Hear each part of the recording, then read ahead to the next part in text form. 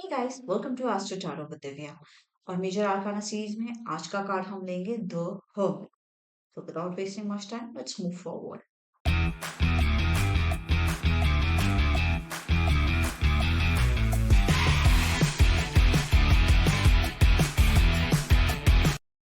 सबसे पहले हम देखते हैं द हर्मिट. हर्मिट का क्या मतलब होता है? हर्मिट का मतलब होता है सन्यासी.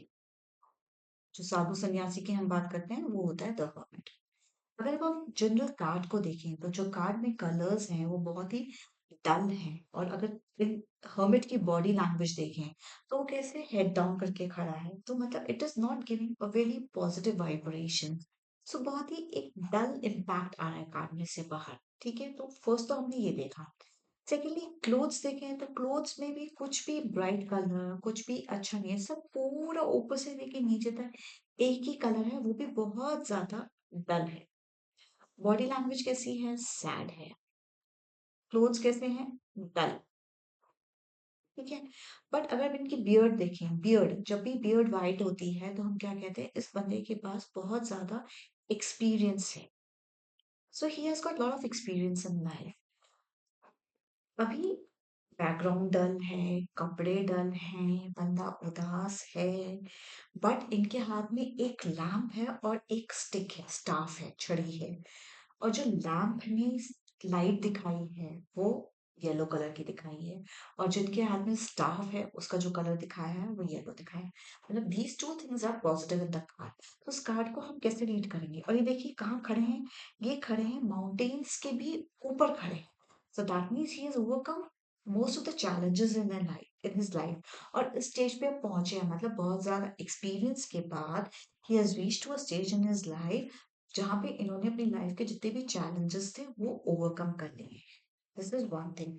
But now he is upset also, he is sad also. तो ये कार्ड का इंटरप्रिटेशन है कि अब आप इतना लाइफ में एक्सपीरियंस गेन करने के बाद, इस इतनी मुसीबतों के बाद आपने इतना नॉलेज गेन किया, अपनी लाइफ में किसी मुकाम पे पहुंचे, उसके बाद भी अगर आपको अब किसी चीज में कोई भी प्रॉब्लम आ रही है, उस प्रॉब्लम का सॉल्यूशन सिर्फ आपके पास है, किसी और के पास नहीं.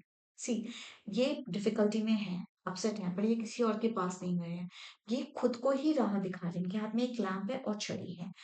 इनका हेड भी थोड़ा डाउन है. तो मतलब हम इस कार्ड में कहेंगे कि take one step at a time.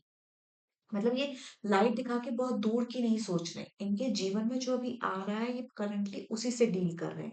ये कह रहे हैं कि पहले जो लाइफ है, पहले इस वक्त जो प्रॉब्लम है पहले इससे डील कर लें, फिर जो नेक्स्ट प्रॉब्लम आएगी उससे डील करेंगे, या फिर जो नेक्स्ट लाइफ लेके आएगा उससे डील करेंगे. और उनको पता है इस सिचुएशन में से बाहर सिर्फ ये खुद को ही ला सकते हैं. कोई और इनको ज्ञान नहीं दे सकता है, कोई और इनकी हेल्प नहीं कर सकता with advices, because he knows his situation the best. इनको पता है इनके पास जितना ज्ञान है, जितना नॉलेज है, जितना एक्सपीरियंस है, उससे he will be able to best create outcome for his own situation. तो इसलिए जो लैम्प है वो येलो है और जो स्टिक है that is one step at a time वो भी येलो. सो दैट मीन्स अगर ये अपने आप को थोड़ा अकेला समय दें, थोड़ा सबसे अलग रह के आइसोलेशन में कुछ टाइम बिताएं, तो he will find the solutions to his problems. He will know what step he has to take next. So this is the whole the meaning of the hermit card. Stuff I've told you, lamp I've told you, background also and ground also. hermit के ऊपर number कौन सा है? 9. 9 number क्या बताता है? Strength and courage. तो exactly this card is saying कि अभी लाइफ में जो भी डिफिकल्टीज आ रही हैं इस वक्त आपको अपना ना तो स्ट्रेंथ लूज करना है और ना ही अपना करेज लूज करना है. इस सिचुएशन में थोड़ा सा अपने आप को अकेले में समय दें and think over the problem and you will be able to find the solution for it yourself. बहुत ज्यादा आगे की नहीं सोचिए. करंट लाइफ आपको क्या दे रही है उससे निकलने की कोशिश करिए, उसका पहले प्रॉब्लम ढूंढिए. So take one step at a time and your problems will be sorted out. So this is all about the hermit card. In case of any problems, please report to me.